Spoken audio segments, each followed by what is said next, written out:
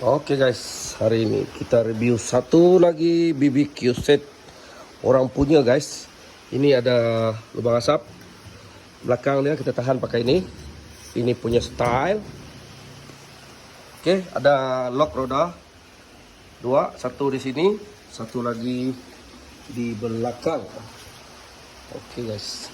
Jadi kita tengok dalam pula guys. Iya, oke. Kita bagi tong ini kepada dua partition. Satu untuk memanggang. Jadi untuk memanggang ini dia ada dua layer.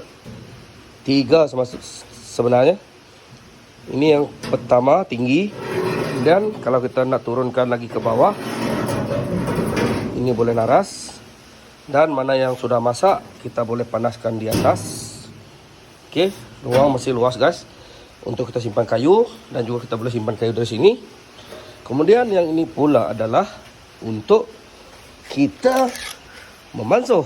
Oke, saya demo sebab tidak ada buluh. Saya pakai buluh pipe. Buluh juga nama dia guys.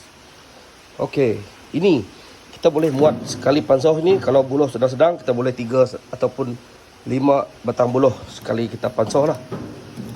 Kita boleh jalan 2 kerja dalam satu masa. Walaupun api berlainan. Di sini api kuat. Di sini api memanggang.